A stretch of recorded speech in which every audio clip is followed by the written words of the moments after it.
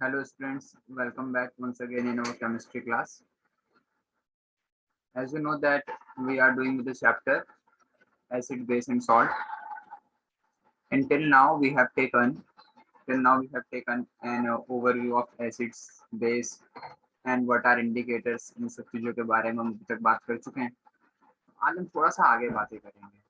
अभी तक जो भी हमने पढ़ा एक जनरल आइडिया दिया कि अगर हमें पूछा जाए कि एसिड क्या होता है तो हमारे पास एक थोड़ा सा आइडिया हो कि हम बता सके कि ये एसिड है, ये बेस है, लेकिन ये सफिशिएंट अमाउंट में नहीं है. Since we are reading a science तो एक हमने उसका ओवरव्यू भी दिया है, लेकिन एक सफिशिएंट अमाउंट में दिया है. हाँ, हम अभी आइडेंटिफाई कर सकते हैं कि ये एसिड है, ये बेस है, लेकिन अभी भी इनकी बहुत सारी क्वालिटीज कैरेक्टरिस्टिक्स देखना बाकी है. तो पहले तो बातें कर लेते हैं अभी कि जितना अभी तक हमने सीखा है वो क्या क्या सीखा है. Let me share my screen to you.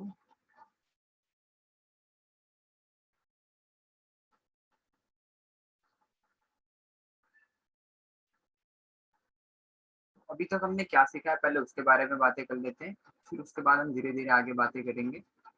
और आज का जो लेक्चर होने वाला है वो प्रॉपर्टीज के ऊपर बेस्ड होने वाला है. प्रॉपर्टीज पहले हम एसिड से स्टार्ट करेंगे तो एसिड की प्रॉपर्टीज देखेंगे, बातें करेंगे कि प्रॉपर्टीज क्या होता है. फिर एसिड की properties, physical properties, chemical properties, जैसे कि मैंने स्टार्टिंग में बताया था.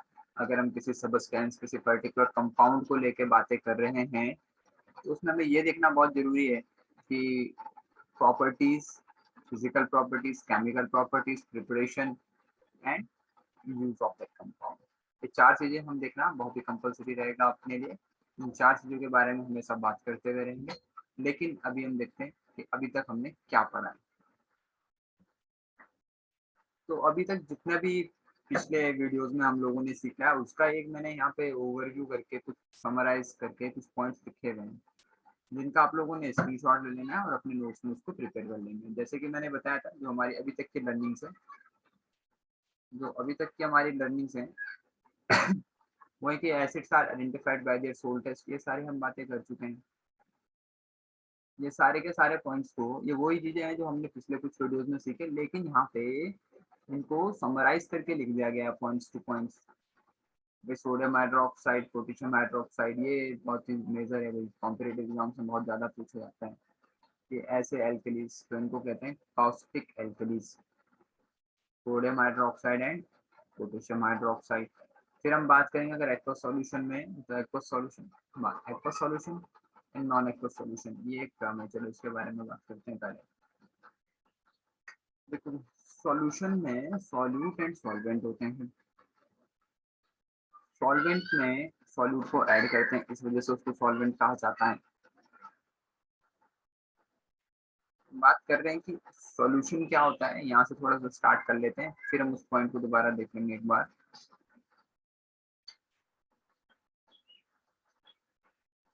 सॉल्यूशन में दो चीजें होती हैं, सॉल्यूट प्लस सॉल्वेंट.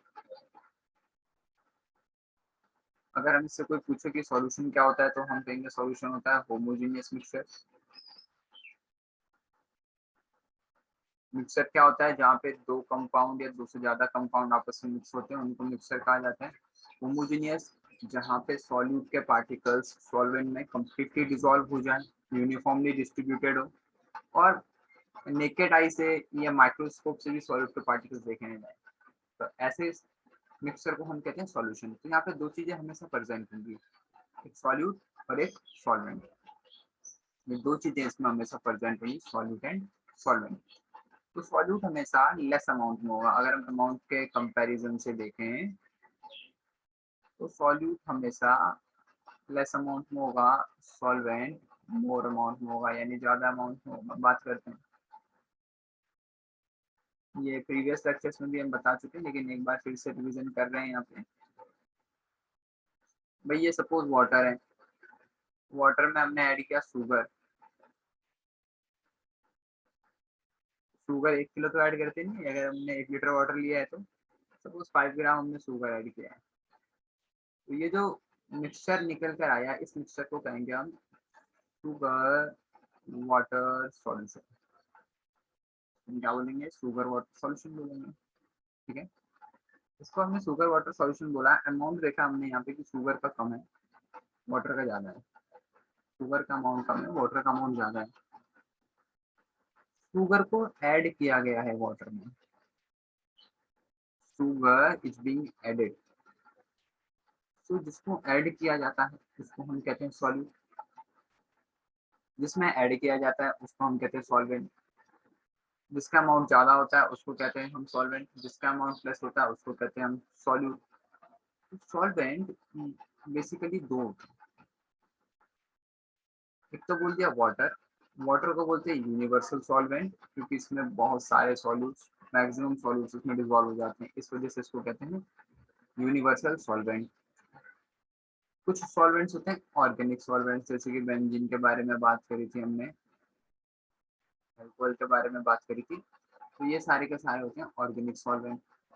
वाटर होता है इनऑर्गेनिक, जिसको बोला जाता है यूनिवर्सल सॉल्वेंट। दो टाइप के सॉल्वेंट केमिस्ट्री में सॉल्यूशन के हिसाब से बना दिए गए बेसिक से। तो उसमें क्या हुआ कि जहाँ पे सॉल्यूट कोई भी हो सकता है, सॉल्यूट कुछ भी हो सकता है भाई, सैंड पार्टिकल्स भी हो सकते हैं, यानी डस्ट पार्टिकल्स भी हो सकते हैं, सॉल्ट, शुगर, कुछ भी हो सकता है सॉल्यूट, लाइम वाटर, ठीक है। मतलब सॉल्यूशन जो है वो मिक्सचर है दो चीजों का, तो सॉल्यूट कुछ भी हो सकता है। तो अगर सॉल्वेंट वाटर है तो हम बोलते हैं कि सॉल्यूशन है। अगर सॉल्वेंट वाटर है तो हम कहेंगे सॉल्यूशन जैसे। अगर सॉल्वेंट ऑर्गेनिक है तो हम कहेंगे सॉल्यूशन हो गया भाई no aqueous.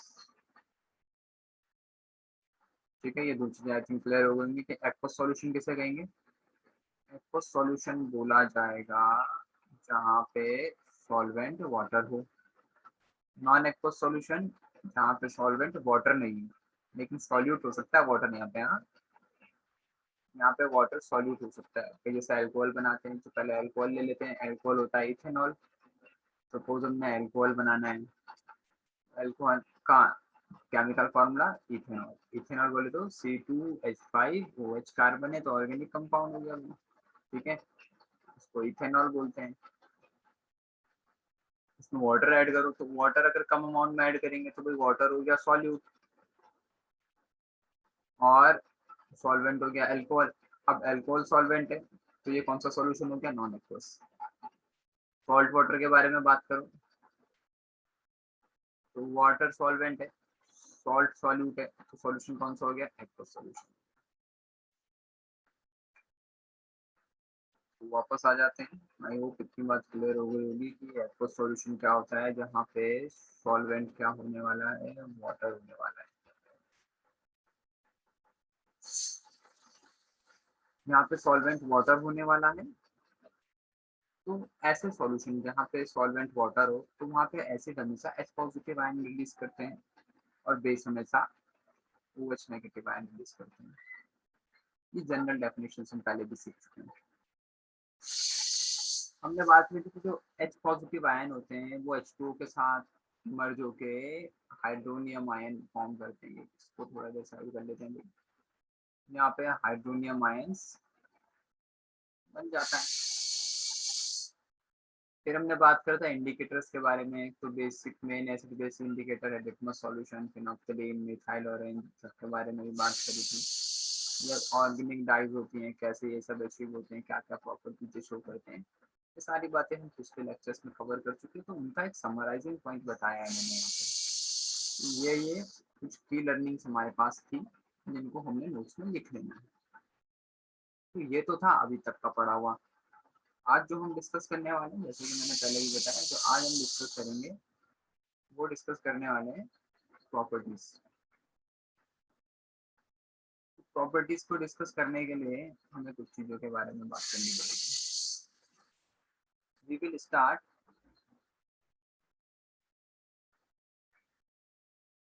Acid base and solid के बारे में पढ़ रहे, तो एसिड के साथ शुरू करेंगे। हमने एसिड का आइडेंटिफिकेशन देख लिया, बेसिक डेफिनेशन देख लिया। जैसे अगर मैं बोलूँ कि ह्यूमन क्या है, हमने कहा कि ये ह्यूमन एनिमल है, ठीक है, ह्यूमन बोल सकता है, चलो ठीक है, बोल तो सभी रहे। ये तो ह्यूमन की आइडेंटिफिकेशन हो गई। अब अगर हमने प्रॉपर्टीज के बारे में बात करनी तो बहुत छोटा सा एग्जाम्पल देता हूँ। स्कूल में फेयरवेल ऑर्गेनाइज करा होगा कभी ना कभी, किसी ने देखा होगा। पेरेबल्स में क्या होता है कि एक स्लिप लिखी हुई होती है, उस स्लिप में 3-4 लाइनें लिखी होती हैं। उन 3-4 लाइनों के ऊपर किसी के ऊपर वो बोली जाती हैं और पहचानता है वही ऑडियंस कि ये किसके बारे में लिखे। सब कुछ कोई बच्चा बहुत शरारती है, नटखट करता है, शैतानी करता है, तो उसके बारे में 3 लाइन लिखेंगे, शैतानी करता है, ये ऐसा करता है, पहचानो कौन। तो ऑडियंस आवाज आती है कि भाई ये वो लड़का है। हम जैसे मैं एनिमल्स के बारे में बात करूँ, तो अगर मैं बोलूँ कि भाई एक एनिमल है जो 4 पैरों में चलता है, उसकी पूंछ टेढ़ी है, किसी को देख के बोलता रहता है, जीभ बाहर लटकी रहती है, आप लोग बोलोगे ये डॉग है। फिर मैं बोलूँ कि एक एनिमल ऐसा है, एक लिविंग बीइंग ऐसा है कि 2 पैरों में चलता है, 2 हाथ से वर्क करता है, कपड़े भी पहनता है, बोलता भी है, दिमाग का सबसे अच्छा यूज करता है। आप लोग बोलोगे ये ह्यूमन है। तो यानी उसके हमने एक एनिमल तो हमने क्लास ले लिया। अब उसके बारे में जब हमने कुछ आइडेंटिफिकेशन के बारे में बात करी, कुछ कैरेक्टरिस्टिक्स के बारे में बात करी, कुछ प्रॉपर्टीज के बारे में बात करी, तब हमें कंफर्म हुआ कि ये ह्यूमन है, ये डॉग है, ये लॉयन है, ये एलिफेंट है।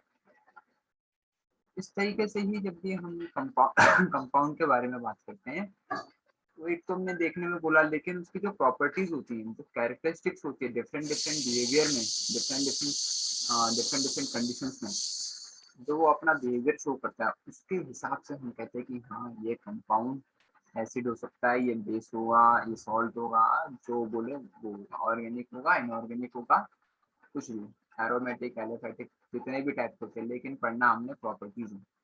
आई होप प्रॉपर्टीज क्या टर्म है वो समझ आ गया होगा। उसको लेके आप थोड़ी सी बातें करते हैं। तो प्रॉपर्टीज 2 टाइप की होती है, एक होती है फिजिकल, एक होती है केमिकल।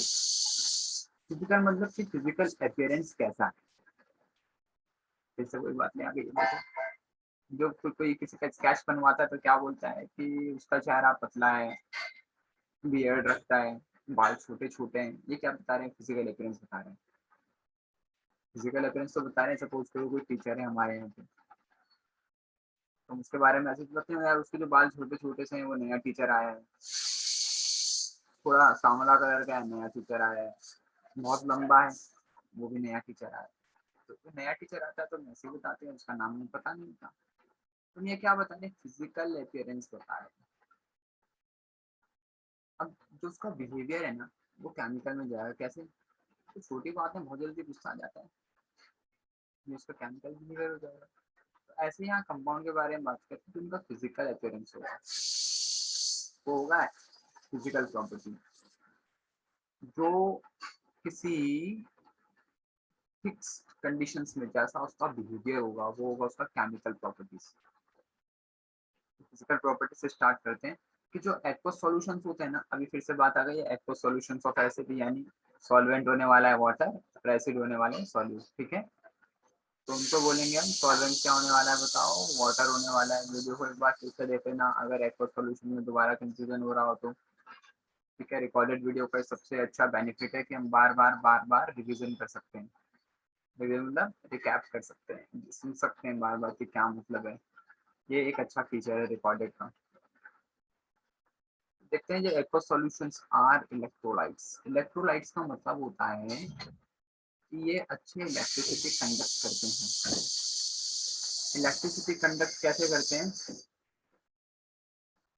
क्योंकि जब भी एसिड वाटर में डिसॉल्व होता है तो वो आयोनाइज्ड हो जाता है, वो आयंस में कन्वर्ट हो जाता है। जब वो आयंस में कन्वर्ट हो जाएगा, ions are charge particles, charge particles होते हैं वो क्या होते हैं भाई, तो चार्ज चार्ज फ्री होगा, चार्ज फ्री होगा मूव करने के लिए, क्योंकि वाटर एक ऐसा मीडियम है जहाँ पे फ्लूइडिटी रहती है, तो चार्ज यहाँ पे फ्री है मूव करने के लिए। और अगर चार्ज मूव कर रहा है उसको तो इलेक्ट्रिसिटी कहते हैं, द फ्लो ऑफ चार्ज। तो इस वजह से एक्वस सॉल्यूशन को अच्छा इलेक्ट्रोलाइट्स कहा जाता है। इलेक्ट्रोलाइट्स का मतलब है गुड कंडक्टर ऑफ इलेक्ट्रिसिटी। ऐसे छोटे जैसे हमने पहले भी बोला है, भाई वाटर में डिसॉल्व करके H पॉजिटिव आयन दे देता है, फर्दर ये H पॉजिटिव आयन H2O में रिएक्ट होके हाइड्रोनियम आयन दे देता है, ये भी हम बता चुके हैं। इसका मतलब most of the physical properties हम पहले भी डिस्कस कर चुके हैं कि भाई लिटमस पेपर को रेड में कन्वर्ट कर देता है, ब्लू को, पर्पल को भी रेड में कर देता है, कोई ध्यान रखना, कंफ्यूज मत हो जाना।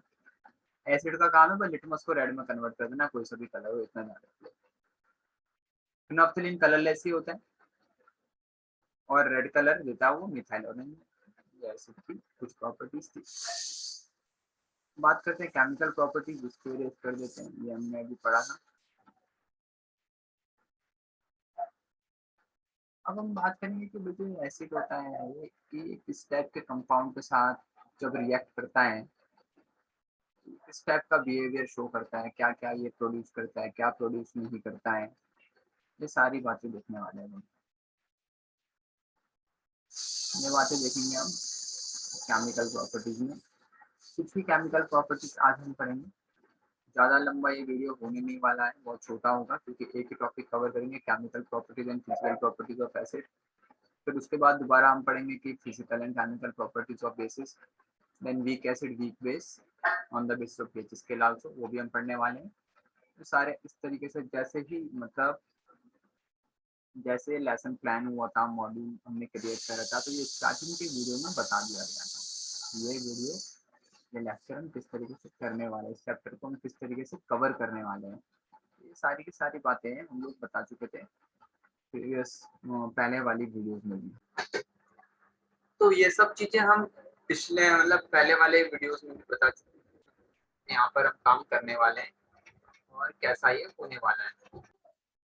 चलिए, फर्स्ट तो केमिकल प्रॉपर्टीज हम देखने वाले हैं एसिड की, वो देखने वाले कि एक्शन विद मेटल्स।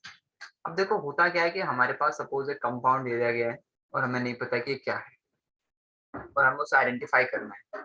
तो हम क्या करेंगे, सपोज हमें नहीं पता कि वो एसिड है, बेस है, सॉल्ट है, हम क्या करेंगे, उस कंपाउंड को मेटल के साथ रिएक्ट कर दो।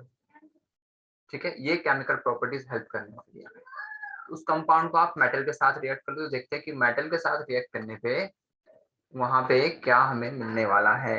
ये पेन में कन्वर्ट नहीं हो रहा है।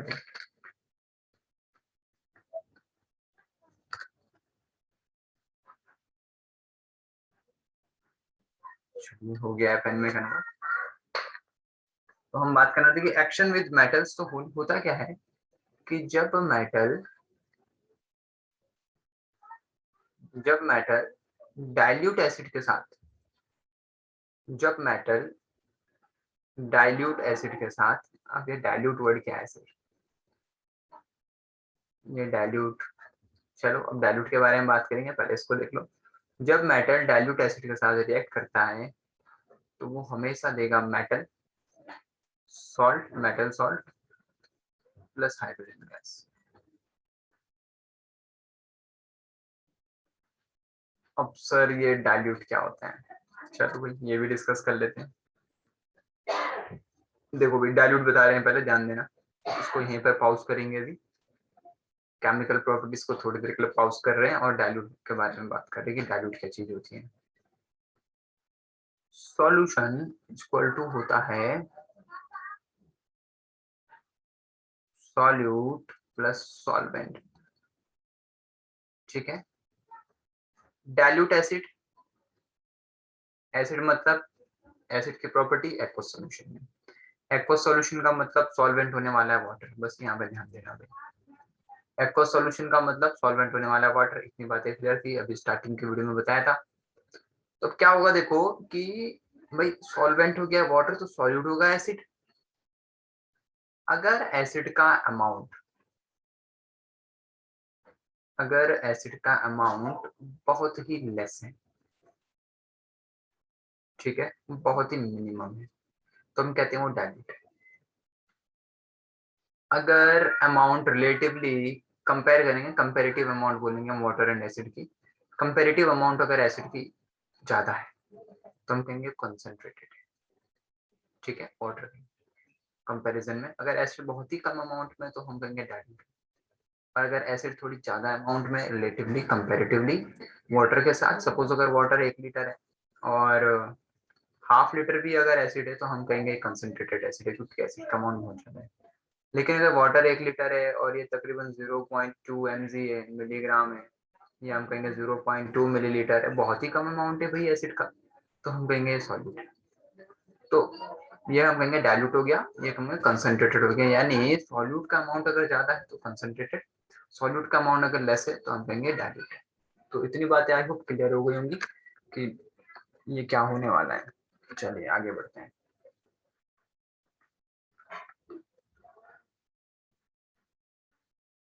तो जब भी डाइल्यूट एसिड यानी एसिड का अमाउंट लेस, जब भी डाइल्यूट एसिड करेगा रिएक्शन मेटल के साथ तो वो ऑलवेज प्रोवाइड करेगा मेटल सॉल्ट एंड हाइड्रोजन। ये एक जनरल, देखो भाई अब केमिस्ट्री में इक्वेशन को याद कैसे करते हैं, यहाँ पर से एक बेस्ट टॉपिक सामने आने वाला है कि केमिस्ट्री में इक्वेशन याद कैसे करते हैं सर। तो इसको मैथमेटिक्स का फॉर्मूला मान लो भाई। मैथमेटिक्स में तो फॉर्मूला होता है यहाँ पे X square plus Y square plus 2xy equal to X plus Y का होल स्क्वायर होता है, वो भी तो फॉर्मूला ही होता है। तो यहाँ पर ये फॉर्मूला हो गया, इसको ऐसे ऐसे माइंड में सेट कर लो कि फॉर्मूला है। अब क्या करेंगे कि भाई जब मेटल डाइल्यूट एसिड आपस में रिएक्ट करेंगे तो हम कहेंगे भाई ये देगा मेटल सॉल्ट और हाइड्रोजन। अब हमें मेटल्स पता होने चाहिए कौन कौन से, copper, zinc, lithium, magnesium, sodium, potassium, ये सब मेटल से कोई सा भी यूज कर सकते हैं। डाइल्यूट एसिड यानी कि एसिड्स हमें पता है HCl, H2SO4, अमोनियम क्लोराइड, ये सारे के सारे एसिड्स हैं, एसिटिक एसिड और भी बहुत सारे एसिड्स हैं। फिर हम बात करेंगे तो मेटल सॉल्ट दे देगा। बस हमने इतना ही याद रखना है, इतना जानना हो कि मेटल होते हैं, डाइल्यूट एसिड होते हैं, बस। उसके बाद आगे काम करेंगे। देखो कैसे, अब अगर हम एग्जांपल लें, अब अगर हम एग्जांपल लें तो देखते हैं कि कैसे क्या चीज वर्क करने वाला है। तो सबसे पहले हमने सपोज करा कि जिंक ले लिया, एक मेटल, जिंक की सल्फ्यूरिक एसिड के साथ रिएक्शन, ठीक है। जिंक की सल्फ्यूरिक एसिड के साथ यहाँ पर हुई है रिएक्शन। चलो अगर मेटल सॉल्ट का हमें नहीं पता है, अभी आइडिया नहीं, हालांकि इसका भी आइडिया हो जाएगा। तो भाई इतना तो पता है ना कि जब भी ये मेटल है, ये एसिड है और ये डाइल्यूट है, तो डाइल्यूट यहाँ पे लिख लेंगे DIL हमें रेफर करेगा डाइल्यूट को। तो ये देगा हमेशा हाइड्रोजन गैस H2। इतना तो पता हो गया सर कि हाइड्रोजन मिलना है, हाइड्रोजन को H2 कहते हैं। तो मेटल सॉल्ट यानी मेटल हमारे पास जिंक है, और सॉल्ट में जो हमारे पास आयन बच गया उस सल्फेट आयन बच गया है। तो इस तरीके से हम क्या कर लेंगे, एक रिएक्शन को प्रिपेयर कर लेंगे। बहुत ईजी था। उसके बाद आती है बैलेंसिंग की बात। रटना नहीं है कि Zn plus H2SO4 equal to ZnSO4 plus H2, कभी नहीं रटना है, क्योंकि ये जिंक सल्फेट है, ये यहीं पर नहीं बहुत जगह काम आने वाला है। सल्फ्यूरिक एसिड है, बहुत जगह काम आने वाला है। तो सल्फ्यूरिक एसिड का फॉर्मूला हमें पता होना चाहिए, जिंक सल्फेट का फॉर्मूला हमें पता होना चाहिए कि ZnSO4 होता है, H2SO4 होता है। समझ में आ रही है बात। H2SO4 ऐसा कोई याद नहीं करेगा, Zn प्लस H2SO4 गिव्स, फिर उसका बैलेंसिंग करने में फंस जाओगे भाई। जब इक्वेशन लिख लेंगे तो उसके बाद उसको बैलेंस करेंगे। तो आई होप इतनी बात समझ में आ गई कि एक दो एग्जांपल और देख लेते हैं भाई। अगर हम बात करें मैग्नीशियम की, रिएक्शन देख लेते हैं भाई HCl से। बताओ क्या होने वाला है सर। H2 मिलेगा, बिल्कुल सही। अगर हाइड्रोजन गैस मिलेगा तो मिलेगा Mg और Cl। अब देखो मैग्नीशियम क्लोराइड मिलने वाला है, इतना हमें पता है, और कोई भी कहीं नहीं जाएगा। अब मैंने बताया था कि भाई कंपाउंड का फॉर्मूला कैसे बनता है। तो क्लोरीन की यहाँ से बैलेंसी देख सकते हैं कि क्लोरीन की तो हमेशा 1 नेगेटिव रहती है। मैग्नीशियम की वैलेंसी कितनी होती है भाई, फिक्स होती है +2। मैग्नीशियम की वैलेंसी होती है +2, क्लोरीन की अगर -1 है तो उसका मतलब मैग्नीशियम ने 2 इलेक्ट्रॉन देने हैं, पर क्लोरीन का एक एटम तो एक ही इलेक्ट्रॉन लेगा। क्लोरीन का एक एटम तो एक ही इलेक्ट्रॉन लेगा, और मैग्नीशियम ने 2 देने हैं, तो क्या होगा भाई, क्लोरीन के एक और एटम को कॉल करेगा। अब मैग्नीशियम ने अपने दोनों इलेक्ट्रॉन दे दिए, तो फॉर्मूला क्या बना, फॉर्मूला बना है MgCl2 मैग्नीशियम क्लोराइड। बहुत ही बढ़िया, कुछ भी याद नहीं करना पड़ा, क्योंकि सब बेसिक हमें पता था कि कैसे फॉर्मेशन होना है। और दो ही प्रोडक्ट मिलने हैं, मेटल सॉल्ट और हाइड्रोजन, तो इन दोनों ने आपस में रिएक्ट होना, और तो कुछ बचेगा ही नहीं। तो इस तरीके से केमिकल रिएक्शन को याद नहीं करना है, समझना है और लिखना है। अब क्या होगा, बैलेंस करना रह गया सर, क्योंकि हमने पढ़ा था पिछले चैप्टर में कि केमिकल इक्वेशन को बैलेंस करना बहुत जरूरी है। तो हाइड्रोजन का इधर एक एटम है, यहाँ पे 2 है, क्लोरीन के 2 है, यहाँ पर 1 है, तो यहाँ लगा देंगे 2, इक्वेशन हो गई है बैलेंस। यहाँ पे लिख देंगे डाइल्यूट, यहाँ पे लिख देंगे एक्वस सॉल्यूशन, यहाँ पे लिख देंगे सॉलिड, यहाँ पे मिलेगा एक्वस, ये मिल जाएगा गैस। सेम यार, एक्वस, गैस, एक्वस सॉलिड। बहुत ही बढ़िया। इस तरीके से हम क्या कर सकते हैं, अब ये कौन सी रिएक्शन हो गई, तो हम कहेंगे सर ये डिस्प्लेसमेंट रिएक्शन हो गई है। कैसे भाई, जिंक ज्यादा रिएक्टिव है हाइड्रोजन से, उसने कर दिया डिस्प्लेस। बहुत ही बढ़िया। तो ये सर हो गई है डिस्प्लेसमेंट रिएक्शन। अगर हम अगली बार पूछें कि एक्शन विद मेटल्स, जब भी एसिड मेटल के साथ रिएक्ट करता है तो किस टाइप की रिएक्शन होगी, तो हम कहेंगे ये होगी डिस्प्लेसमेंट रिएक्शन। ये बार बार नहीं बताया जाएगा, कुछ खुद से भी एक्सप्लोर करना है, ठीक है। चलिए आगे बढ़ते हैं। Action with metal oxide. अब मेटल ऑक्साइड क्या होता है, यानी मेटल्स का ऑक्सीजन के साथ का कॉम्बिनेशन तो मेटल ऑक्साइड बोला जाएगा भाई। तो होगा क्या भाई, एक तो मेटल ऑक्साइड होने वाला है, इसका रिएक्शन होगा एसिड के साथ, तो हम बोलेंगे एसिड प्लस मेटल ऑक्साइड, क्या प्रोडक्ट, प्रोडक्ट देता है हमेशा salt and water. Salt and water. Acid जब भी रिएक्शन करेगा मेटल ऑक्साइड के साथ तो हमें देगा सॉल्ट एंड वाटर। बस यही एक जनरल रिएक्शन याद रखनी है और कुछ भी याद रखने की जरूरत ही नहीं, ठीक है। अब ये ऑक्साइड है ना, तो ये एसिड ने तो भाई हाइड्रोजन रिलीज करना ही है जब भी मेटल के साथ रिएक्शन करेगा। वो हाइड्रोजन ऑक्सीजन के साथ रिएक्ट करके वाटर फॉर्म कर देता है, बस इतनी सी कहानी है यहाँ पे। अलग मेटल ऑक्साइड के बारे में बात करें, कैल्शियम ऑक्साइड मेटल ऑक्साइड है, मैग्नीशियम ऑक्साइड मेटल ऑक्साइड है। तो इनके साथ कुछ एग्जांपल के साथ हम रिएक्शन देख लेते हैं भाई। कोई ले लेते हैं, कोई एक एसिड ले लेते हैं, कोई एक वो ले लेते हैं। तो हाइड्रोक्लोरिक एसिड ले लो, HCl का कैल्शियम ऑक्साइड के साथ रिएक्शन कर लो। वाटर मिलने वाला है सर, इतना पता है। तो वाटर का फॉर्मूला तो पता है, H2O होता है। अब यहाँ पे क्या मिलेगा, तो फिर से देखो भाई, ऑक्सीजन अगर यहाँ पर है तो ऑक्सीजन की वैलेंसी है -2, दोनों का एक एक एटम है, तो कैल्शियम की वैलेंसी हो गई 2+। बिल्कुल सही, ये सिखाया था क्लास में, ठीक है। क्लोरीन की वैलेंसी है -1, हाइड्रोजन के +1। अब रिएक्शन होना है यहाँ पे, देखो इन दोनों का तो हो गया, यानी ये दो बचे भाई, कैल्शियम और क्लोराइड। तो पहले लिखा जाता है positive ion, very good. Calcium ने 2 देने, क्लोरीन का एक एटम एक ही ले पाता है, तो क्लोरीन के 2 एटम कॉल कर लेगा। कैल्शियम क्लोराइड का फॉर्मूला भी बनाना आ गया। बैलेंस कर लो भाई, हाइड्रोजन के 2 है, क्लोरीन के 2, यहाँ लगा दिया 2, हो गया है बैलेंस, ठीक है। बहुत ही बढ़िया। एक एग्जांपल और देख लेते हैं, इसको थोड़ा इरेज कर लेते हैं। कुछ भी याद करने की जरूरत नहीं है, अगर हमें जनरल फॉर्मूला याद है तो जनरल फॉर्मूला भी याद करने की जरूरत नहीं पड़ेगी। एसिड और मेटल देखोगे तो फट से हाइड्रोजन लिख लेना भाई, ऑक्साइड देखोगे तो ऑक्सीजन ऐड कर लेना, ऑक्साइड नहीं देखोगे तो ऑक्सीजन ऐड मत करना। बहुत ही बढ़िया, सॉल्ट यहाँ पे मिलने वाला है। एक रिएक्शन और देख लेते हैं, मैग्नीशियम ऑक्साइड के साथ MgO की रिएक्शन देख लेते हैं। कोई भी एसिड ले लेते हैं भैया, सल्फ्यूरिक एसिड ले लो, वाटर मिलने वाला है सर, लिख लो भाई वाटर यहाँ पे। मैग्नीशियम की वैलेंसी बताओ, पॉज करके वीडियो को देख लेना। मैग्नीशियम की वैलेंसी होती है +2। सल्फेट की वैलेंसी बताओ, सल्फेट की होती है -2, यानी दोनों की वैलेंसी बराबर, एक एक एटम पर रिक्वायर्ड, तो बन गया भाई MgSO4। इक्वेशन H2O बैलेंस नहीं है, O4 है, ऑप्शन ए के पूरी रिएक्शन बैलेंस है, हो गया बढ़िया। इस तरीके से हम केमिकल प्रॉपर्टीज के रिएक्शंस को याद कर लेंगे। एक लास्ट देखते हैं, action with metal carbonate and hydrogen carbonate. Metal carbonate, carbonate होगा CO3, मेटल ले लो कोई भी, कैल्शियम कार्बोनेट ले लो, ठीक है। मैग्नीशियम कार्बोनेट ले लो,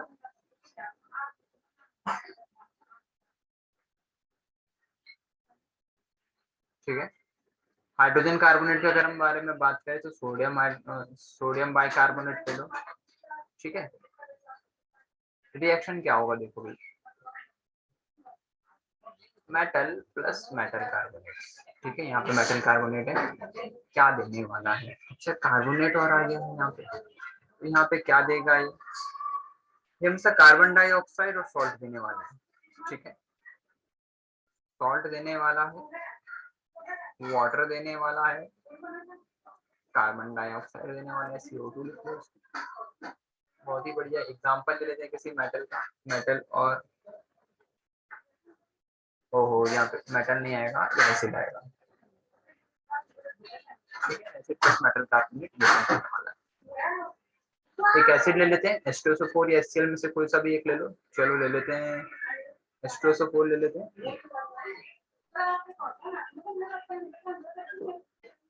H2SO4 को ले लेते हैं यहाँ पे। H2SO4 का रिएक्शन देख लेते हैं भाई, कैल्शियम कार्बोनेट के साथ कोई भी ले सकते हैं। वाटर, CO2, H2O, यहाँ तक की तो बात सही हो गई। कौन कौन से बच गए भाई, कैल्शियम बच गया है, ये तो सब निकल गया है। सल्फेट बच गया है, कैल्शियम की वैलेंस यहाँ पे 2, यहाँ पे भी 2, तो कैल्शियम सल्फेट मिल जाएगा भाई। बैलेंस कर लेंगे, हाइड्रोजन 2, हाइड्रोजन 2, ऑक्सीजन 1, 2, 3, 7, 3, 4, 7, सब हो गया बैलेंस। इस तरीके से हम रिएक्शन को लिखते हैं। जब भी मेटल कार्बोनेट या हाइड्रोजन कार्बोनेट आपस में रिएक्शन करेंगे तो salt water and carbon dioxide मिलने वाला है। तो आज के लिए हम यहीं पर स्टॉप कर रहे हैं। कुछ केमिकल रिएक्शंस हमने खुद से बनानी है, कैसे बनानी है एक असाइनमेंट वहाँ पे दिया जाएगा, लेकिन असाइनमेंट मिलेगा नेक्स्ट वीडियो के बाद, जब हम केमिकल प्रॉपर्टीज बेसिस के लिए क्लियर करेंगे। तो आज के लिए हम इतनी ही केमिकल प्रॉपर्टीज देखेंगे, फिर से हम नेक्स्ट लेक्चर में बेसिस की प्रॉपर्टीज को डिस्कस करेंगे। So thank you, see you in next lecture.